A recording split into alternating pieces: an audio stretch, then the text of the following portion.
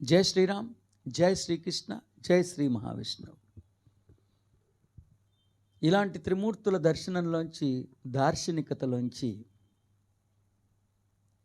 వారి దీక్షలోంచి, వారి దక్షతలోంచి పుట్టుకొచ్చిన సనాతన సాంప్రదాయానికి ప్రత్యక్ష ప్రమాణం అంత సాగర సమమైన సనాతన సాంప్రదాయాన్ని క్లుప్తరమ్యంగా గీతాశాస్త్రంలో ఉపదేశించారని నేను నమ్ముతున్నా. క్లుప్తరమ్యంగా, క్లుప్త మనోహరంగా ఉపదేశించిన ఆ శాస్త్రంలోని ఆత్మ సంయమ యోగం 30వ శ్లోకాన్ని అర్థం చేసుకునే ప్రయత్నాన్ని గావిద్దాం. ఆత్మ సంయమ యోగం 30వ శ్లోకం. యో మాం పశ్యతి సర్వత్ర సర్వం చ మయి పశ్యతి తస్యాహం న ప్రణశ్యామి సా చ మే న ప్రణశ్యతి. భావం: ఏ యోగీశ్వరుడైతే సర్వులలో సమస్తములో నేను ని దర్శించగలుగుతాడో, తనలో సర్వులని సమస్తముని దర్శించగలుగుతాడో అతడికి అతడి పరమాత్మ వ్యక్తమై తీరుతారు. ఆ జీవాత్మకి పరమాత్మ, పరమాత్మకి జీవాత్మ విధిగా విదితమై తీరుతారు. టీకా: యహ ఏ యోగీశ్వరుడైతే సర్వత్రా సర్వులలో సమస్తంలో మాం నేనుని లేదా నన్ను తన నిజతత్వమే అయి ఉన్న, అనగా తన సహజత్వమే అయి ఉన్న, తన మాతృకే అయి ఉన్న నేనుని పశ్యతి దార్శనికతని కలిగియుండునో, చ సర్వం అట్లే సర్వులు సమస్తం, మయి నేను యందు పశ్యతి చూచునో, తస్య ఆ యోగీశ్వరుడికి అహం నిజమైన నేను నా ప్రణశ్యామి అవ్యక్తంగా ఉండరు, సహ చ అతడును మే నాకు నా ప్రణశ్యతి అవ్యక్తంగా ఉండడు. సదస్సులారా, ఏ యోగీశ్వరుడైతే సర్వులలో సమస్తములో తన నేనుని, తన స్వయాన్ని, తన నిజమైన నేనుని, తన ఆత్మ చైతన్యాన్ని, తన నిగితత్వాన్ని దర్శించగలుగుతాడో, తనలో సర్వులని సమస్తాన్ని దర్శించగలుగుతాడు. అంటే సర్వుల పట్ల, సమస్తం పట్ల అభేదాన్ని దర్శించగలుగుతాడు. అతడి పరమాత్మ వ్యక్తమై తీరుతారు. ఆ పరమాత్మకి జీవాత్మ సైతం వ్యక్తమై తీరుతారు. విధిగా ఇది జరుగుతుంది. అంటే పరమాత్మకి జీవాత్మకి మధ్య ఉన్న అజ్ఞానపు తెరలన్నీ తొలగిపోయి ఏకీకృతమై ఓ స్పష్టత ఏర్పడుతుంది. ఎనలాజికల్ మైండ్ ఏర్పడుతుంది. ఇది నేను దర్శించిన దర్శనం. మరి ఇతపూర్వం భాష్యం చెప్పిన భాష్యకర్తలు ఏమని అభిప్రాయపడ్డారో చూద్దాం. ఆత్మ సంయమ యోగం 30వ శ్లోకం. భావం: సకల ప్రాణుల యందును ఆత్మరూపముననున్న నన్ను చూచు పురుషునకు అట్లే ప్రాణులన్నింటినీ నా యందు అంతర్గతములుగా నున్నట్లు చూచువానికి. సో సర్వప్రాణులు యందు ఆత్మరూపమైన నన్ను అంటే శ్రీకృష్ణుడిని బ్రాకెట్లో వారు రాసుకున్నారు. ఏమని? ఎవరున్నారు సకల ప్రాణులు యందు? సకల ప్రాణులు యందు శ్రీకృష్ణుడే ఆత్మరూపంలో ఉన్నారు. ఎవరు? నువ్వు లేవు. శ్రీకృష్ణుడే సకల ప్రాణుల రూపంలో, సకల ప్రాణుల్లో శ్రీకృష్ణుడు ఆత్మరూపంలో. నువ్వు లేవు సుమా, నువ్వు నీ ఇంట్లోనే ఉన్నావు. ఒక్క కృష్ణుడు మాత్రమే సర్వ ప్రాణులకి ఆత్మరూపంలో ఉన్నారు. ఒక బ్రాకెట్లో రాశారు సార్ వాళ్ళు వాసుదేవుడని. సకల ప్రాణుల యందు ఆత్మరూపంలో ఉన్న నన్ను చూచు పురుషునికి, సకల ప్రాణుల యందు ఆత్మరూపంలో నన్ను చూచు పురుషునికి అంటే ఎవరు? ఎవరైతే శ్రీకృష్ణుడు బ్రాహ్మణులో ఉన్నాడు, శ్రీకృష్ణుడు సూర్యుడిలో ఉన్నాడు. శ్రీకృష్ణుడు ఎక్కడున్నాడో శ్రీకృష్ణుడు చూడటం కాదు. శ్రీకృష్ణుడు ఎక్కడున్నాడో శ్రీకృష్ణుడు కానివాడు అన్ని చోట్ల లేనివాడు చూస్తాడంట. ఇప్పుడు నేనే శ్రీకృష్ణుని, నేను అన్నిట్లో ఉన్నాను. నన్ను అన్నిట్లో చూడగలగటం సాధ్యం. నేను శ్రీకృష్ణుని కాదు, నేను అన్నిట్లో లేను. ఎందుకంటే నేను శ్రీకృష్ణుని కాదు, నేను మానవ మాత్రుడిని. నేను అన్నిట్లో లేను. నేను ఈ ఆపాద మస్తకానికే పరిమితం అయిపోయా. అన్నిట్లో లేని నేను అన్నిట్లో ఉన్న శ్రీకృష్ణుడి కాని నేను దర్శించాలంట అన్నిట్లో. నేను ఎలా దర్శిస్తాను సార్?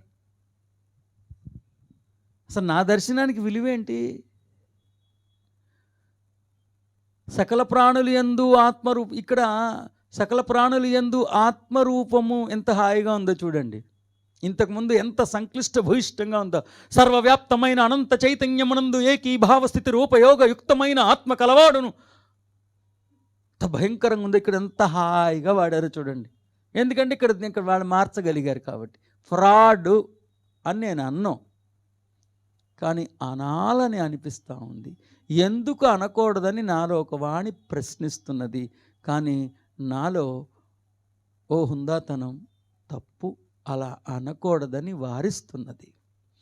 సకల ప్రాణులు యందు ఆత్మరూపముగా ఉన్న వాసుదేవుణ్ణి చూచు పురుషునకు అట్లే ప్రాణులన్నిటినీ వాసుదేవుడి యందు అంతర్గతములుగా ఉన్నట్లు చూచువానికి. కృష్ణుడిలో ఏమేమి ఉన్నాయో మనకెలా తెలుసుద్ది?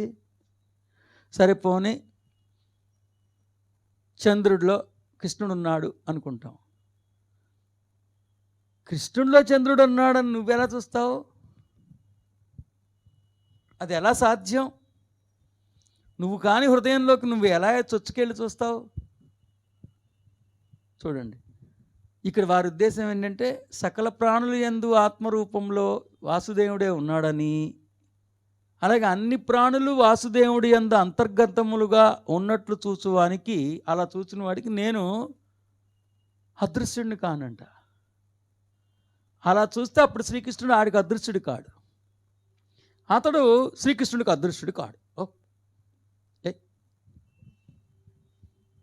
అది ఇక్కడ నిజంగా ఆ మాట అనకూడదు. కడుపుకి వైట్ రైస్ తిని లేకపోతే ఇంకేదైనా అన్నం తింటేవాడు ఇట్లా ఎట్లా అనుకుంటారని ఆ మాట మనం అనకూడదు. ఇంతకు ముందు శ్లోకంలో నీ భాష్యమే కదా, నా భాష్యం కాదు. 29వ శ్లోకంలో నీ భాష్యం ఏంటయా? ఏ ఆత్మ చైతన్యం అయితే విశ్వవ్యాప్తమై ఉన్నదో,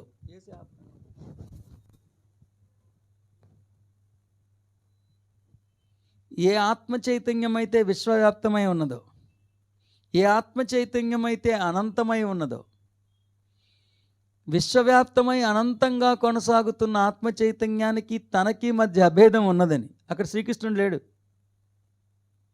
రెండోది, సర్వులు తన యందున్నారని అక్కడే ఆని యా పెట్టేసి భయంకరంగా చదవటానికి కూడా కష్టంగా ఉండేటట్టు చేశారు.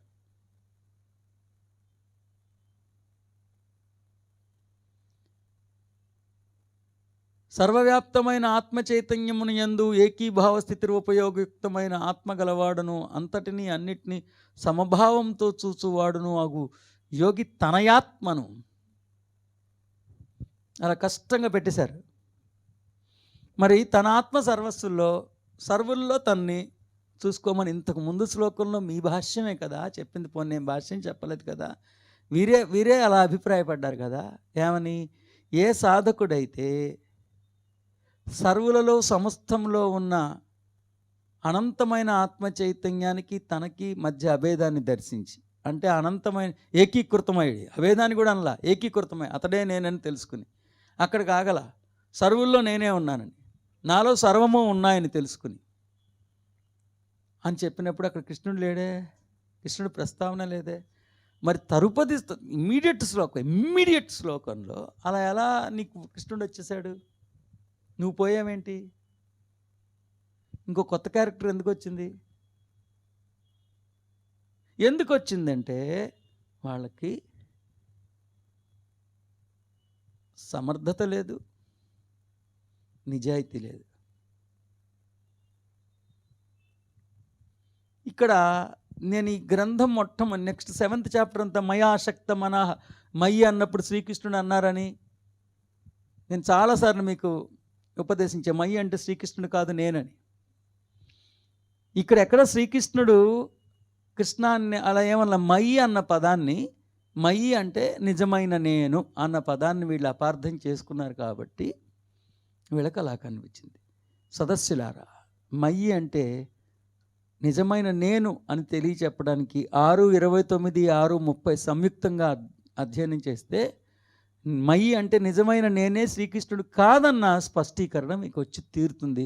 ఇక ఎందుకంటే 7వ ప్రకరణం మయ్యి ఆసక్త మనాహతో మొదలవుతుంది. ఈ మయ్యి అక్కడి నుంచి మొదలవుతుంది. నేను చెప్పాగా ఆ తతంగం అంతా. శ్రీకృష్ణుడు అర్జునుడికి నీకు చావు లేదు అని చెప్పాడు. నీకు నీతో మన ఎవరికీ చావు లేదు, నీకు నాకు మనందరికీ ఎవరికీ చావు లేదు. అర్జునుడు తృప్తి పడ్డాడు, కానీ సందేహం మొదలైంది. మొన్న మా ఇంటి పక్క ఆయన చచ్చిపోయాడు కదా, చచ్చిపోయింది అతని ఆత్మ కాదు, చచ్చిపోయింది శరీరమే. మళ్ళీ అర్జునుడు కౌహిల మళ్ళీ మొదలుపెట్టాడు. అదేంటి, ఎవరో ఆత్మ కదా చచ్చిపోయింది, శరీరమై ఉన్న నేను చచ్చిపోతా కదా.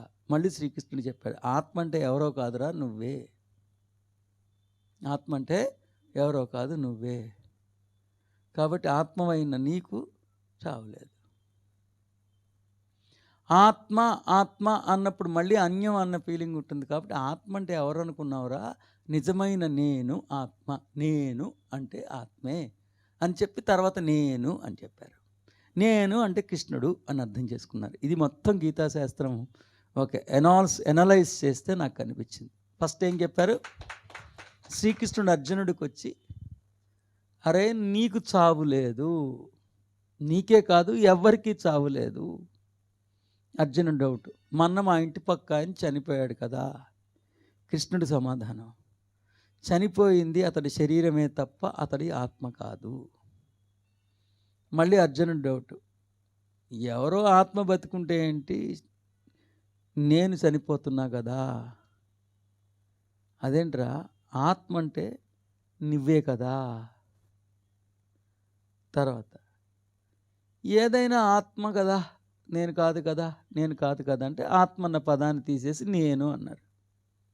ఆత్మ అన్న పదం అప్పుడేమో అన్యము అన్నారు, నువ్వు అన్న పదం అన్నప్పుడేమో నేను చచ్చిపోతున్నాను అనుకున్నారు. చివరికి నేను అన్న పదప్రయోగం వాడితే శ్రీకృష్ణుడు అని అర్థం చేసుకున్నారు. అంతటి ప్రబుద్ధులు. సో ఇక్కడ మయి అన్న పదానికి నేను దర్శించిన దర్శనం యథార్థమేనని, శ్రీకృష్ణుడు కాదని. మునుపటి శ్లోకంలో నీ గురించి నువ్వే అన్నిట్లో ఉన్నావని, అన్నిట్లో ఉన్నది నువ్వేనని చెప్పిన శ్రీకృష్ణుడు ఈ శ్లోకంకి వచ్చేటప్పటికి కృష్ణుడు అన్నిట్లో ఉన్నాడని, కృష్ణుడిని అందరిలో చూడమని, కృష్ణుడి ఇంట్లో ఏమేమి ఉన్నాయో నువ్వు చూడమని అలా ఉంది. అంటే కృష్ణుడి ఇంట్లో ఉన్నా లేకపోయినా నీకు అనవసరం, నువ్వు యోగీశ్వరుడు అవటానికి ఆయన ఇంట్లో లేని అన్నీ కూడా పెట్టేస్తావు అనమాట.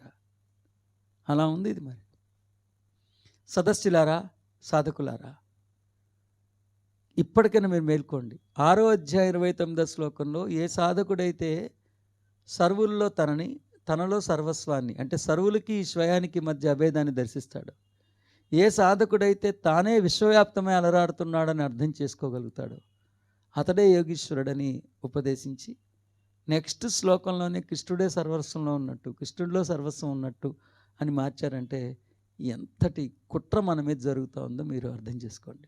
శ్రీకృష్ణుడు ఎంత క్లుప్తంగా చెప్పారో, ఎంత రమ్యంగా చెప్పారో, వీళ్ళు ఎంత కలుషితం చేసి చెప్పారో మీరు నేర్చుకోండి. తర్వాత మయి అన్న పదప్రయోగానికి కృష్ణుడు అని అపోహపడుతూ వచ్చారు. మయి అంటే నిజమైన నేనేనని మరోసారి తేటతెల్లం చేస్తున్నా. రెండోది ఏంటంటే, అలాంటికి జీవాత్మకి పరమాత్మకి మధ్య ఉన్న భేదాలన్నీ అభేదాలు అవుతాయి.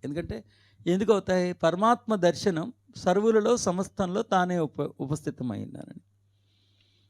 కానీ జీవాత్మ మాత్రం నేను ఈ ఆపాదమస్తకానికే పరిమితమైపోయాను అనుకుంటుంది. సత్య సమపార్జనం వలన పరమాత్మ యొక్క దర్శనాన్ని జీవాత్మ కూడా సుసంపన్నం చేసుకుని నేను సర్వుల్లో సమస్తంలో ఉన్నానన్న. సో ఇద్దరి దర్శనాల్లో అభేదం ఉండటం వలన ఇద్దరిలో మధ్య ఉన్న అజ్ఞానపు తెరలన్నీ తొలగిపోయి ఒకరితో ఒకరు ఏకీకృతం అవుతారని నేను దర్శించిన దర్శనం. మారండి, మారిపోండి, పరివర్తన చెందండి. ఆ పరిమళాలు ఎంత సుగంధభరితంగా ఉంటుందో ఒకసారి ఎన్ని చెప్పినా సరే మీరు ఆఘ్రాణిస్తేనే తెలుస్తుంది. మీలో అనాఘ్రాణీయంగా ఉన్న దివ్య సౌరభాలను ఆగ్రహించమని బతిమాలుకుంటున్నా.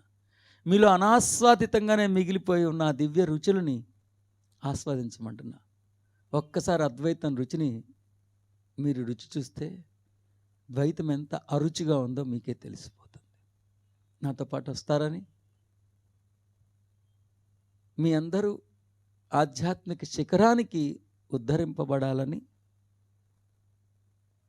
ఆ తీయందనాల తలంపుతోనే మరొకసారి మీ పాదద్వయానికి శిరస్సు వంచి నమస్కరించుకుంటూ స్వస్తి, జయవస్తు.